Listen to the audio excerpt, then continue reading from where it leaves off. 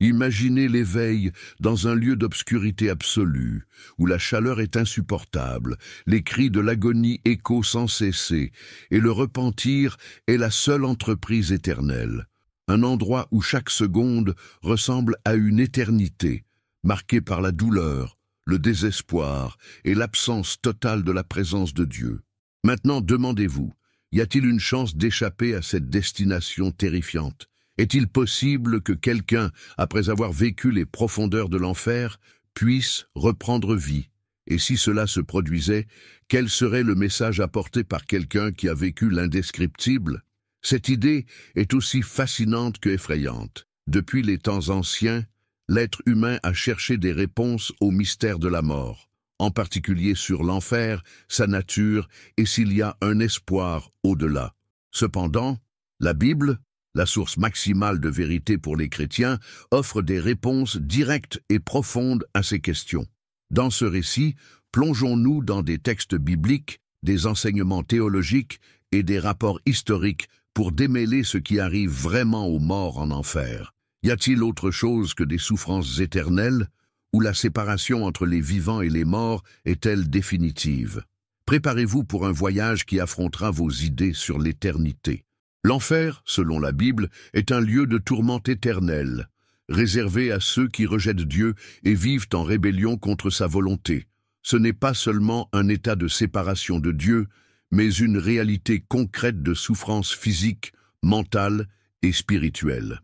Dans Luc chapitre 16, versicules 19 à 31, Jésus présente l'histoire des riches et de Lazarus comme un exemple puissant.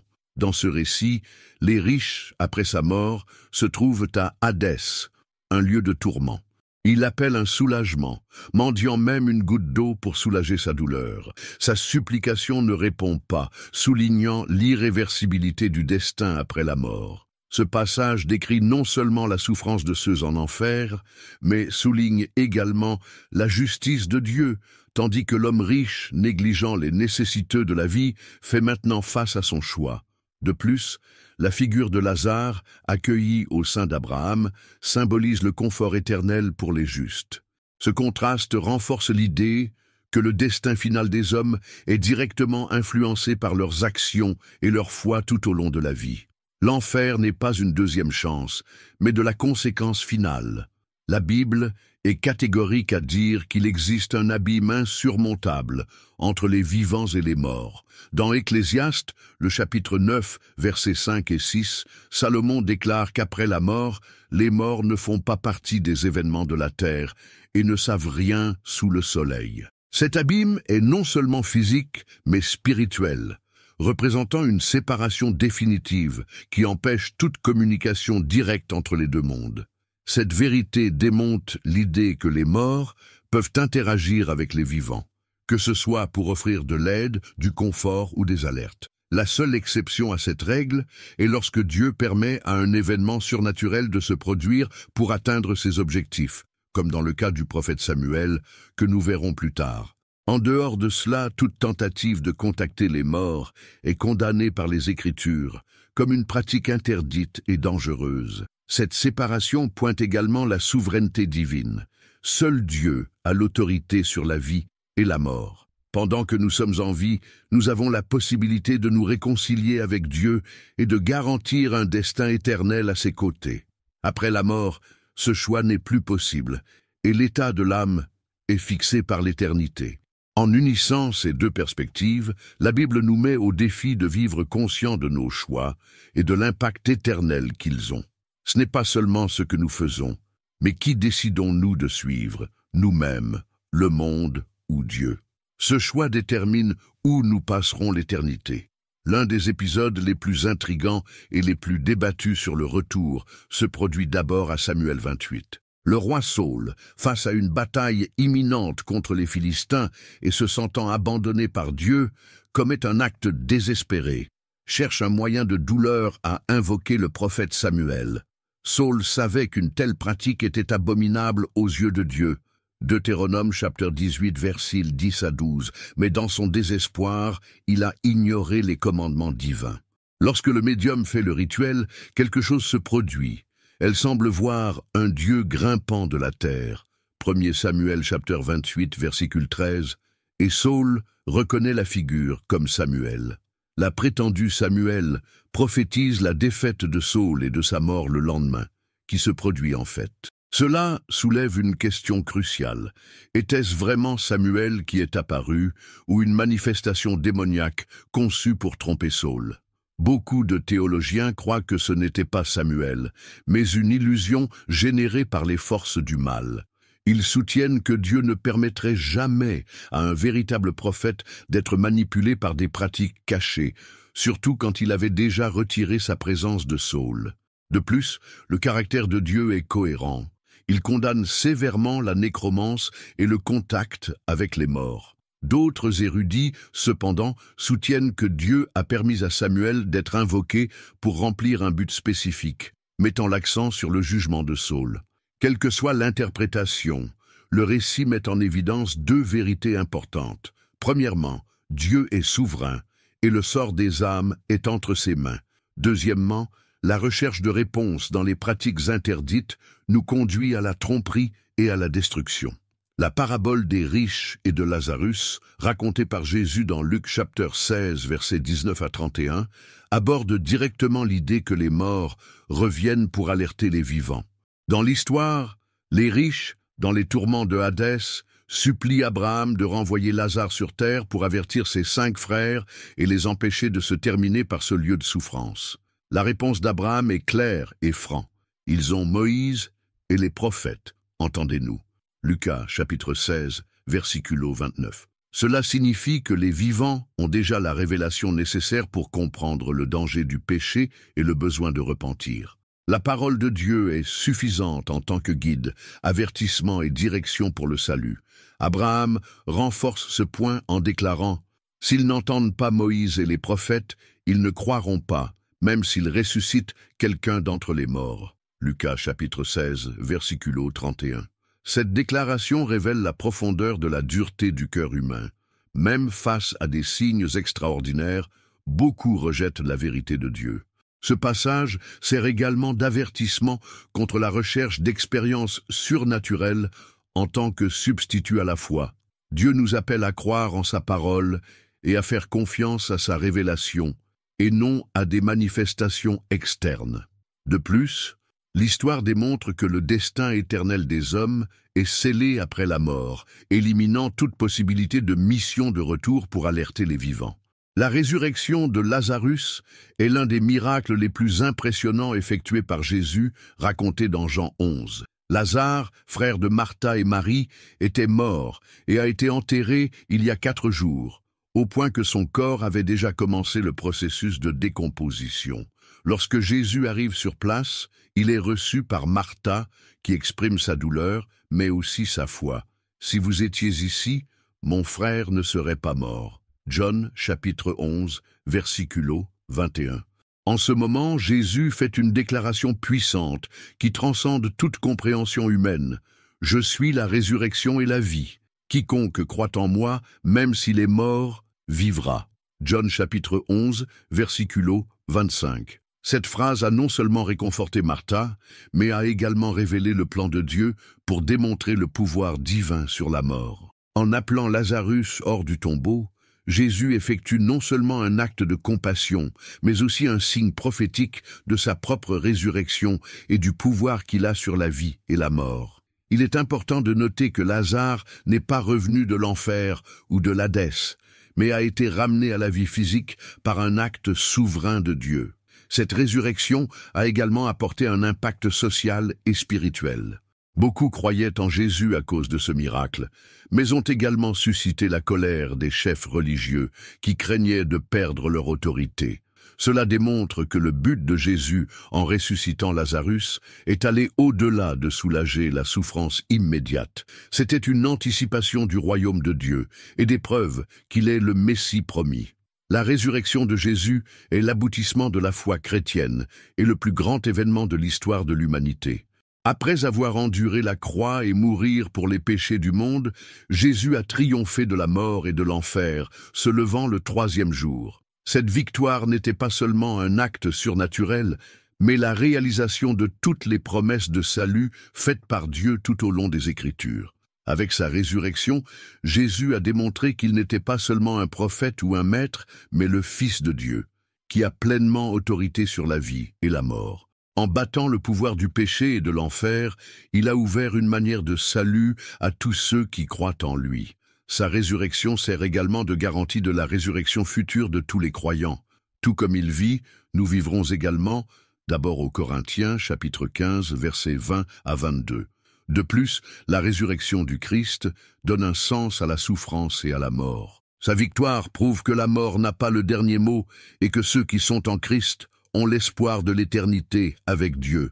Cet événement réaffirme également sa déclaration dans l'Apocalypse, chapitre 1, versicule 18. « Je suis celui qui vit. J'ai été tué, mais maintenant je suis vivant pour toujours, et les clés de la mort et de l'enfer sont avec moi. » Par sa résurrection, Jésus a montré que l'enfer n'est pas le destin inévitable pour ceux qui recherchent Dieu. Il offre une alternative glorieuse, la vie éternelle, en sa présence. Pour ceux qui lui font confiance, la mort n'est qu'un passage à la gloire éternelle. Beaucoup d'expériences surnaturelles impliquant des morts présumées ne sont pas ce qu'ils semblent être. La Bible indique clairement que Satan est le père du mensonge, John chapitre 8, versicule 44, et fera tout pour tromper et éloigner les hommes de la vérité. Lui ainsi que ses démons peuvent déguiser et créer des illusions puissantes pour confondre et tromper les imprudents. L'une de ses stratégies les plus efficaces est de se masquer comme bénin, même en tant que messager divin. Deuxièmement, à Corinthiens chapitre 11, versicule 14, Paul nous avertit que même Satan devient un ange de lumière. Cela signifie que des manifestations apparemment bienveillantes ou familiales peuvent être des œuvres de mauvais esprits déguisés. Ces erreurs sont destinées à détourner les gens de la parole de Dieu et à les impliquer dans des pratiques cachées, telles que des consultations avec les médiums, la nécromance et d'autres formes de communication avec les morts clairement interdites dans les Écritures. Deutéronome chapitre 18, versets 10 à 12. De plus, une erreur démoniaque est utilisée pour renforcer les fausses doctrines et pratiques qui contredisent l'Évangile. La Bible nous avertit également de tromper les enseignements des esprits et des démons, d'abord à Timothée chapitre 4, versicule 1, qui se manifestent souvent à travers des visions, des apparences ou des rêves. Par conséquent, il est essentiel que les chrétiens testent chaque esprit à la lumière des Écritures. D'abord à Jean chapitre 4, versicule 1. Toute manifestation ou enseignement qui contredit la parole de Dieu doit être rejeté, car son origine n'est pas divine, mais maléfique. Les démons peuvent essayer d'imiter la réalité spirituelle, mais la puissance de Dieu expose toujours leurs mensonges. La Bible est catégorique pour indiquer que la mort marque la fin des choix humains et le début de l'éternité. Dans Hébreux, le chapitre 9, versicule 27, il est écrit « Et comme les hommes sont ordonnés de mourir une fois, alors le jugement vient. » Ce passage indique que le sort de chaque personne est décidé immédiatement après la mort, en fonction de sa foi et de sa vie sur terre. Après la mort, les justes vont à la présence de Dieu, tandis que les méchants font face à un tourment éternel dans Hadès, en attendant le jugement final. Il n'y a aucune mention biblique d'un retour à la vie terrestre, à expier les péchés, à corriger les erreurs ou à alerter les vivants. L'idée de réincarnation, de retour ou de deuxième chance est incompatible avec les Écritures. Cette certitude est renforcée par l'histoire des riches et de Lazarus, Luc chapitre 16, versets 19 à 31, qui démontre la séparation définitive entre sauvés et perdus. Abraham déclare aux riches qu'il y a un grand golfe entre les deux destinations que personne ne peut traverser. Cela renforce l'idée que les décisions de vie déterminent le destin éternel. De plus, le jugement divin est irrévocable. Il n'y a pas de ressources, de négociations ou de moyens d'échapper à la justice de Dieu après la mort. Cela met l'accent sur l'importance de vivre dans l'ensemble et s'est engagé envers Christ comme il y a une opportunité. L'Évangile nous appelle à prendre des décisions éternellement significatives aujourd'hui, avant qu'il ne soit trop tard. De nos jours, il est courant d'entendre des histoires de personnes qui prétendent avoir visité l'enfer ou le paradis pendant les expériences de mort imminente. Des rapports détaillés de tourments, de l'obscurité et de la présence du mal attirent l'attention du public, générant des débats animés sur la possibilité de tels événements. Certains de ces récits suscitent des réflexions spirituelles et amènent les gens à reconsidérer leur vie. Cependant, il est essentiel d'évaluer ces témoignages à la lumière des Écritures. La Bible nous enseigne que le cœur humain peut être trompeur, Jérémie chapitre 17, versicule 9, et que toutes les expériences surnaturelles ne sont pas d'origine divine. Beaucoup de ces rapports peuvent être le résultat de l'imagination, de l'état psychologique ou même des influences spirituelles trompeuses. De plus, il est important de se rappeler que la parole de Dieu est complète et suffisante pour nous guider vers la vérité. Dans Luc, chapitre 16, versicule 31, Abraham a dit aux riches en Hadès, « S'ils n'entendent pas Moïse et les prophètes, ils ne croient pas, même s'ils ressuscitent quelqu'un d'entre les morts. » Cela démontre que les témoignages humains, aussi impressionnants qu'ils semblent, n'ont pas le pouvoir de remplacer ou de compléter les Écritures. Par conséquent, alors que certains de ces rapports peuvent servir d'alerte ou d'inspiration, notre foi doit être fermement basée sur la Bible et non par des expériences subjectives. Nous devons discerner toutes choses judicieusement et examiner si elles sont conformes à la vérité révélée par Dieu. La Bible est claire et inapplicable, il n'y a pas de retour de l'enfer. L'abîme qui sépare les perdus est insurmontable, et le destin éternel de chaque personne est décidé de sa vie et de sa foi en Christ. Cette vérité solennelle est un puissant avertissement pour nous tous. Bien que nous vivons encore, nous avons la possibilité de choisir le chemin du salut. Ce choix est offert gratuitement par Dieu par Jésus-Christ. Dans sa miséricorde infinie, Dieu a envoyé son Fils au monde pour nous sauver du pouvoir du péché et de la mort. Le message de l'Évangile est simple mais transformateur, car Dieu aimait le monde de telle manière qu'il a donné son Fils engendré uniquement, que tous ceux qui croient en lui ne périront pas, mais qui ont la vie éternelle. John chapitre 3, versicule 16. L'espoir que Jésus offre est éternel et inébranlable. Il a pris sur lui la punition que nous méritons, a vaincu la mort et l'enfer, et a ouvert la voie pour que nous vivons en communion avec Dieu pour toujours. C'est le plus grand spectacle d'amour jamais connu. Par conséquent, l'avertissement est clair. Ne reportez pas la décision de suivre le Christ. Chaque instant de notre vie est une occasion de chercher Dieu, de se repentir et de vivre dans l'obéissance à sa volonté. Nous ne connaissons pas le jour ou l'heure où nos vies se termineront, mais nous savons qu'il y a de l'espoir en respectant. Le récit biblique et la théologie chrétienne indiquent clairement que les morts en enfer ne peuvent pas revenir pour alerter les vivants. Cette vérité met en évidence la suffisance des Écritures comme notre guide divin, pointant à la fois la gravité du péché et la beauté de Dieu.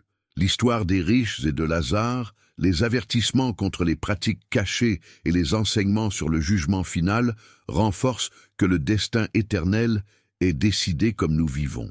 La Bible nous appelle à chercher Dieu tant qu'il y a du temps et à déposer notre foi uniquement en Jésus-Christ. Ce n'est qu'à travers son travail sur la croix que nous pouvons échapper au pouvoir du péché et garantir la vie éternelle. Aujourd'hui est le jour du salut, et le choix que nous faisons détermine maintenant où nous passerons l'éternité.